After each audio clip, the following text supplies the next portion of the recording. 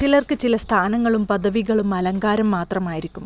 അത് സമൂഹത്തിനോ നാടിനോ ഉപകാരപ്പെടുന്നതായിരിക്കില്ല. സ്ത്രീകളും കുട്ടികളും അഭിമുഖീകരിക്കുന്ന ഒരുപാട് പ്രശ്നങ്ങൾ ഇന്ന് നമ്മുടെ സമൂഹത്തിലുണ്ട്. അവർക്ക് വേണ്ടി ശബ്ദമുയർത്തുകയും അവർക്ക് വേണ്ടി സംസാരിക്കുകയും അവർക്ക് വേണ്ടി പ്രവർത്തിക്കുകയും അവർക്ക് വേണ്ടി നീതി വാങ്ങിക്കൊടുക്കാൻ മുൻപന്തിയിൽ നിൽക്കുകയും ചെയ്യുന്ന കുറേ പേരെ നമ്മൾക്ക് പരിചയമുണ്ട്. സ്ത്രീകൾക്ക് വേണ്ടി ശബ്ദമുയർത്തുകയും അവർക്ക് വേണ്ടി സോഷ്യലായി നിലകൊള്ളുകയും ചെയ്യുന്നവർക്ക് നമ്മൾ വിളിക്കുന്ന പേരാണ് ഫെമിനിസ്റ്റുകൾ, ആക്ടിവിസ്റ്റുകൾ എന്നൊക്കെ. അർത്ഥവത്തായ ഈ പേരുകളെ ദുർവിനിയോഗം ചെയ്യാൻ ഇന്ന് സമൂഹത്തിൽ ഒരുപാട് പേരുണ്ട്. അത്തരത്തിലൊരാളാണ് ദിയാസന. ദിയാസനയ്ക്ക് എന്ത് അർത്ഥത്തിലാണ് ഈ പേര് വന്നത് എന്ന് എനിക്കറിയില്ല. ഇവർ ഏത് സ്ത്രീകൾക്ക് വേണ്ടിയാണ് സംസാരിച്ചത്, ഏത് സ്ത്രീകൾക്ക് വേണ്ടിയാണ് ശബ്ദമുയർത്തിയത്, ഏത് പ്രശ്നത്തിനാണ് പരിഹാരം കണ്ടെത്തിയത്?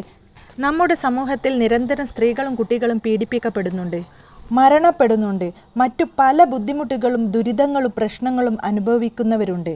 സമൂഹത്തിൽ അടിച്ചമർത്തപ്പെട്ട ഏത് സ്ത്രീയുടെ വിഷയമാണ് ഇവർ സംസാരിക്കുകയും ഇടപെടുകയും ചെയ്തത്?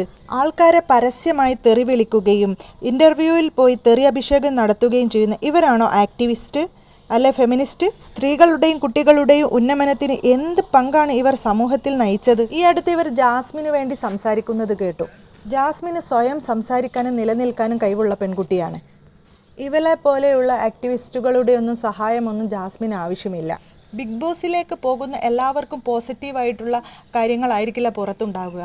ചിലർക്ക് നെഗറ്റീവാവും, ചിലർക്ക് പോസിറ്റീവാവും, ചിലർക്ക് ഫാൻ ഫേസ് കൂടും, ചിലർക്ക് അത് കുറയും. അതൊക്കെ അഭിമുഖീകരിക്കാൻ തയ്യാറായിട്ടായിരിക്കും എല്ലാവരും പോയിട്ടുണ്ടാവുക. ജാസ്മിനും അതേപോലെ തന്നെയാണ്. ബിഗ് ബോസിൽ പോയവരുടെ കണ്ടന്റുകൾ വിലയിരുത്തുകയും ചർച്ച ചെയ്യുകയും സംസാരമാകുകയും ഒക്കെ ചെയ്യും. നെഗറ്റീവായും പോസിറ്റീവായും ചർച്ച ചെയ്യുകയൊക്കെ ചെയ്യുന്നത് സാധാരണയാണ്. ബിഗ് ബോസ് ഹൗസിൽ നിന്ന് ഇറങ്ങിയതിന് ശേഷം പല ഇൻ്റർവ്യൂകൾ അറ്റൻഡ് ചെയ്യുകയും തങ്ങൾക്കുണ്ടായ അനുഭവങ്ങൾ ഷെയർ ചെയ്യുകയും ചെയ്യുന്നത് സ്വാഭാവികമാണ്. ഇതുവരെ പങ്കുവെച്ചവരിൽ നിന്നും വേറിട്ട ഒരു അനുഭവമായിട്ടാണ് സിബിൻ വന്നത്. സിബിനെ സപ്പോർട്ട് ചെയ്തുകൊണ്ട് അഖിൽ മാരാറും രംഗത്തെത്തി.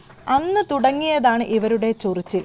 സിബിനെയും അഖിൽ മാരാറേയും അങ്ങനെ സിബിന് സപ്പോർട്ടായിട്ട് ചെയ്യുന്നവരെയും ബിഗ് ബോസിന് എഗെയിൻസ്റ്റായിട്ട് ചെയ്യുന്നവരെയും ജാസ്മിന് എഗെയിൻസ്റ്റായിട്ട് നിൽക്കുന്നവരെയും എല്ലാവരെയും ഇവർ ചീത്ത വിളിക്കുകയും പരസ്യമായി കളിയാക്കുകയൊക്കെ ചെയ്യുന്നത് നമ്മൾ കാണുന്നുണ്ട്. ഇപ്പോൾ സിബിൻ്റെ ഇൻ്റർവ്യൂ എടുത്തെന്ന് പറഞ്ഞ് അജ്മലിനെയും അജ്മലിൻ്റെ ഫാമിലിയെയും മോശമായിട്ട് ചിത്രീകരിച്ച് അത്രയും മോശമായിട്ടുള്ള തെറി അഭിഷേകം നടത്തിയ ഈ സ്ത്രീ എന്താണ് അർത്ഥമാക്കുന്നത്? ഈ സ്ത്രീയുടെ ഉദ്ദേശം എന്താണ്? ഇവർക്ക് എന്തെങ്കിലും പ്രശ്നങ്ങളുണ്ടോ എന്നാണ് ഞാൻ ചിന്തിക്കുന്നത്. ദയവ് ചെയ്ത് സമൂഹത്തിൽ വിപത്തുണ്ടാക്കുന്ന, സാമൂഹ്യ വിപത്ത് ചൊരിയുന്ന ഇവരെയൊന്നും ആരും ആക്ടിവിസ്റ്റുകളെന്നും ഫെമിനിസ്റ്റുകളുമെന്നൊന്നും പറയല്ലേ. അതൊക്കെ സ്ത്രീകൾക്ക് അപമാനമാണ്.